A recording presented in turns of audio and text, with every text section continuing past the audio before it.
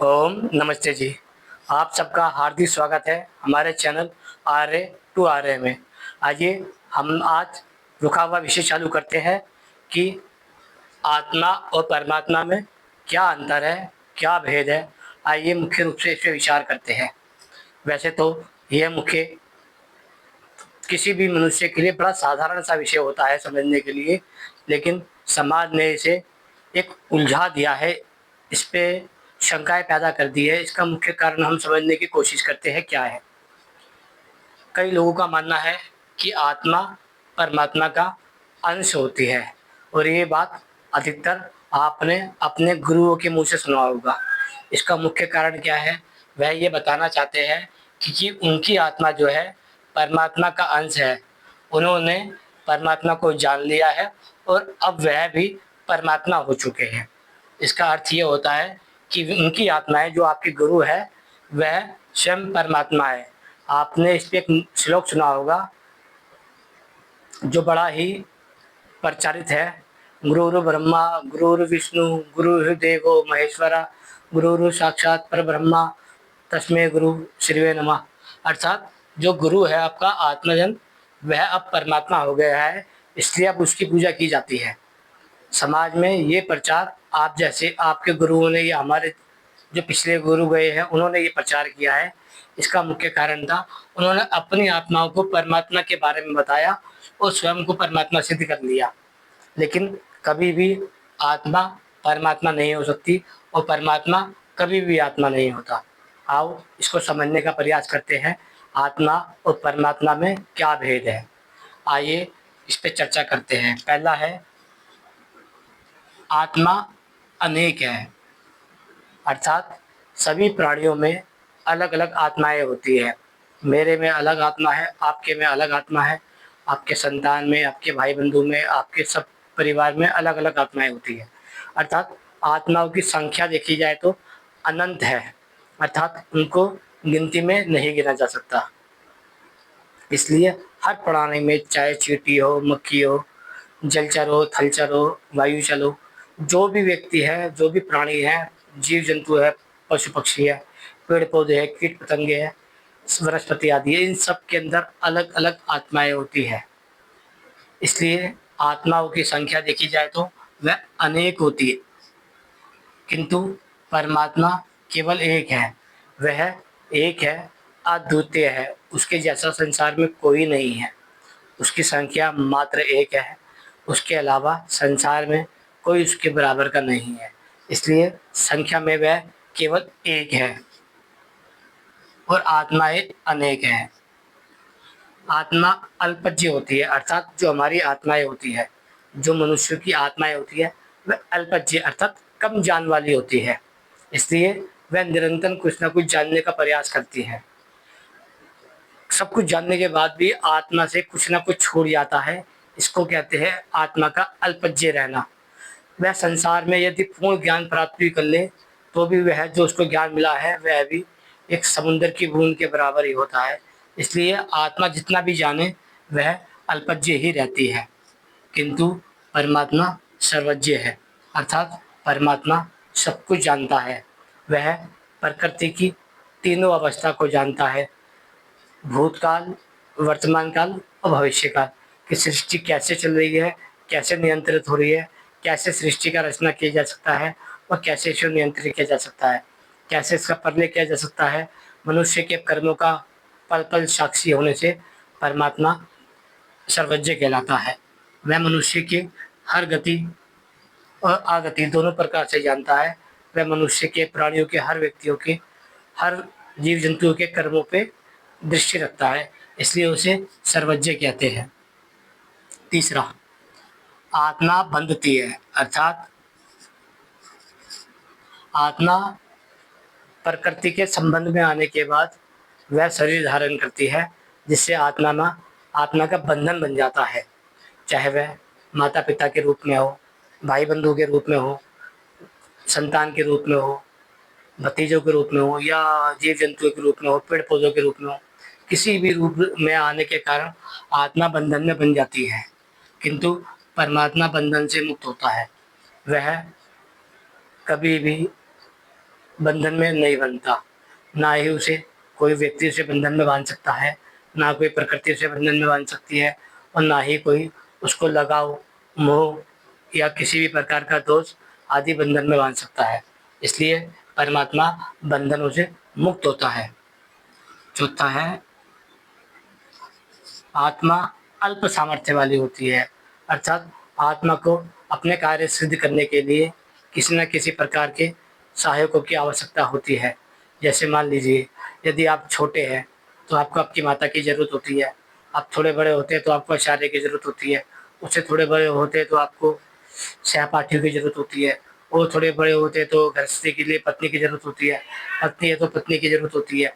उसी प्रकार मनुष्य को किसी न किसी प्रकार से, आत्मा को किसी न किसी प्रकार से संबंध की ज़रूरत होती है, इसलिए वह अल्प सामर्थ्य वाली होती है। वह किसी न किसी सहायता के द्वारा कार्य करता है, किंतु परमात्मा सामर्थ्यवान है। परमात्मा सामर्थ्यवान है। वह अपने कार्य करने के लिए किसी की सहायता नहीं लेता, क्योंकि वह अपने सारे कार्य करने के लिए स्वतः ही सामर्थ्यवान है, इसलिए उसे सामर्थ्यवान कहा जाता है।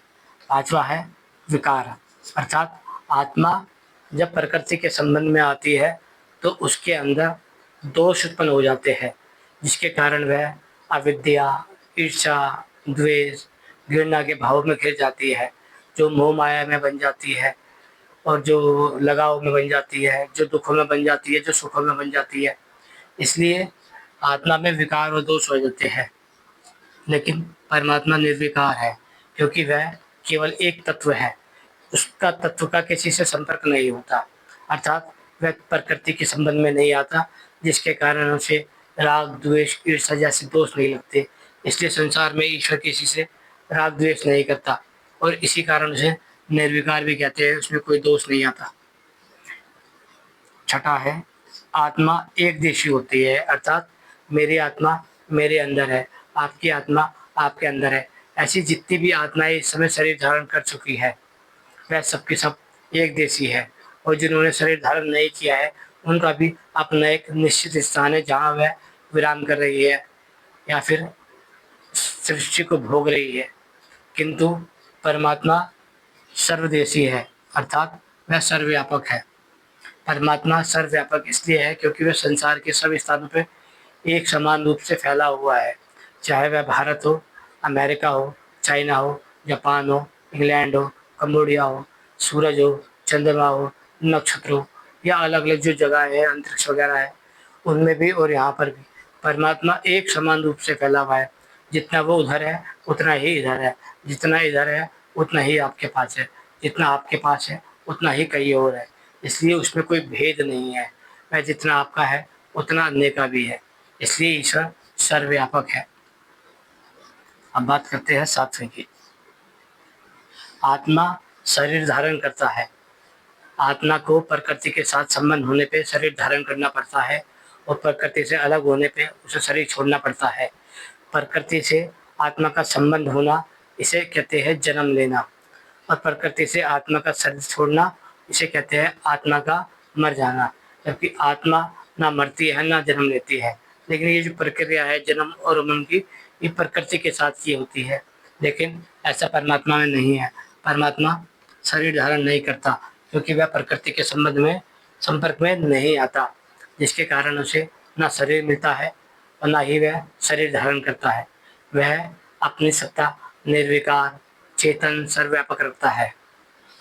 आठवां है, आत्मा कर्मों को, फल को भोगता है, अर्थात जब आत्मा प्रकृति के संबंध में आता है तो वह जो कर्म करता है उसका फल उसे भोगना पड़ता है, चाहे वह सुख के रूप में हो चाहे दुख के रूप में हो। किंतु परमात्मा कर्मों को नहीं भोगता, क्योंकि वह प्रकृति के संबंध में नहीं आता। मुख्य रूप से आप यह समझ सकते हैं, आत्मा का प्रकृति से कोई विशेष संबंध नहीं है, वह बस उसका सृष्टि करता है।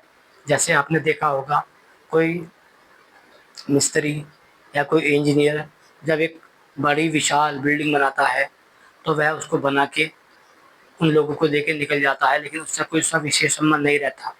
उसी प्रकार परमपिता परमात्मा ने सृष्टि बनाई है, इस सृष्टि में उसका मुख्य कोई विशेष स्थान नहीं है, बस उन्होंने ये आत्मा को दे दी है कि आप इसका इस्तेमाल करिए, इसको भोगिए, इसको ध्यान रखिए, सुखपूर्वक भोगिए, आपसे कोई दुखी ना हो और आप किसी से दुखी ना हो, इसलिए धर्म करते रहिए।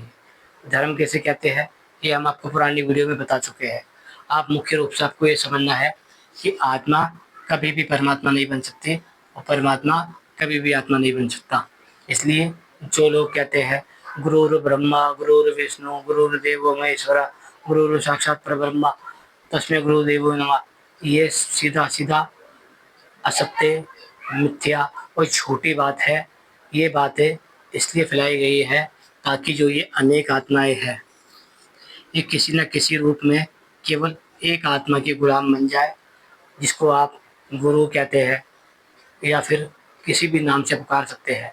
लेकिन वह गुरु होता नहीं है, क्योंकि गुरु का अर्थ होता है जो आपकी आत्मा को प्रकाशित करे, वह गुरु कहलाता है।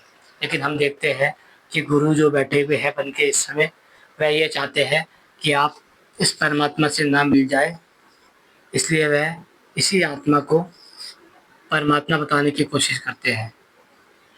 यदि आप वह आत्मा को ही परमात्मा बता देते हैं तो आप इनसे कट जाते हैं, अर्थात आप सृष्टिकर्ता से कट जाते हैं। आज संसार में सभी मनुष्य यानी कि लगभग लगभग 800 करोड़ की आबादी के मनुष्य में से 99.99% लोग इस परमपिता परमात्मा से कटे हुए हैं। वह सृष्टिकर्ता को नहीं जानते, वह जो जानते हैं मात्र आत्मा को जानते हैं और वह उसी के सिद्धांत को समझते हैं, उसी को मानते हैं, उसी को सच मानते हैं। क्यों? क्योंकि इसका प्रचार उन्हीं लोगों ने किया है जो अपने आप को ईश्वर सिद्ध करना चाहते हैं। वह किसी भी रूप में हो सकते हैं, वह आपके माता पिता के रूप में हो सकते हैं, आपके बड़े के रूप पूर्वजों के रूप में हो सकते हैं, आपके गुरुओं के रूप में हो सकते हैं, आपके आचार्यों के रूप में हो सकते हैं, आपकी सहायता करने के रूप में हो सकते हैं, वह किसी भी रूप में हो सकते हैं। जो स्वयं आत्मा है, लेकिन वह ये बताती है कि हमने परमात्मा को जान लिया है, अब हम परमात्मा हो गए हैं। इसका मतलब ये होता है कि वह ये झूठा प्रचार कर रहा है, जिसके कारण असंख्य मनुष्य उस मानसिक स्थिति में इस आत्मा वाले परमात्मा के गुलाम हो जाते हैं और सच्चे परमात्मा को वह जान नहीं पाते।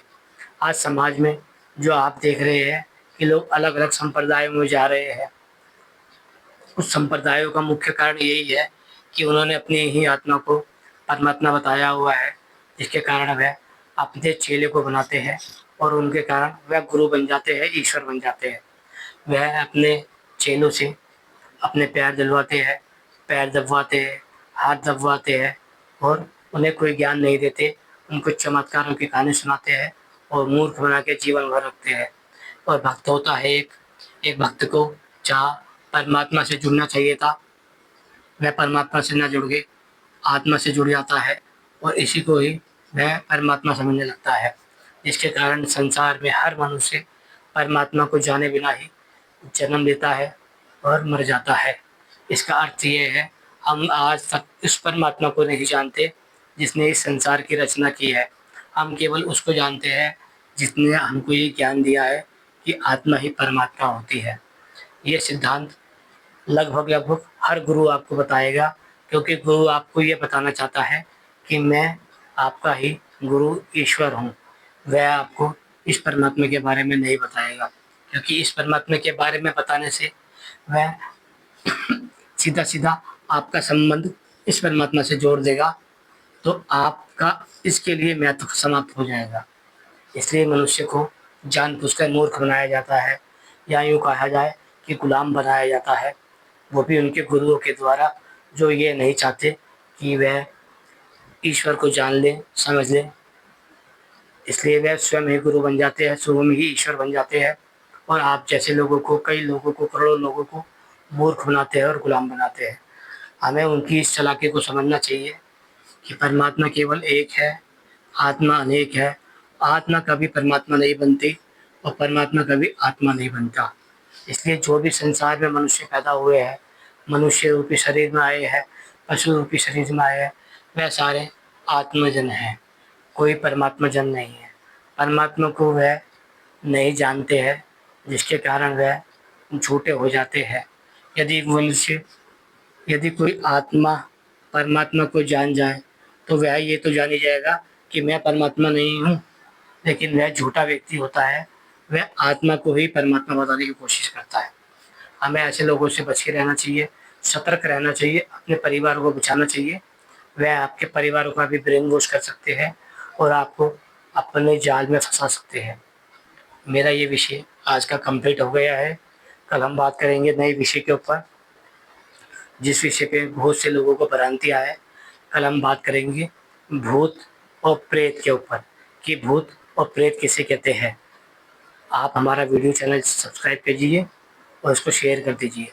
अगर यदि नए आए हैं तो सब्सक्राइब कीजिए और बेल आइकन को दबा दीजिए ताकि आपके पास वीडियो पहुँचते रहे। ओम नमस्ते जी।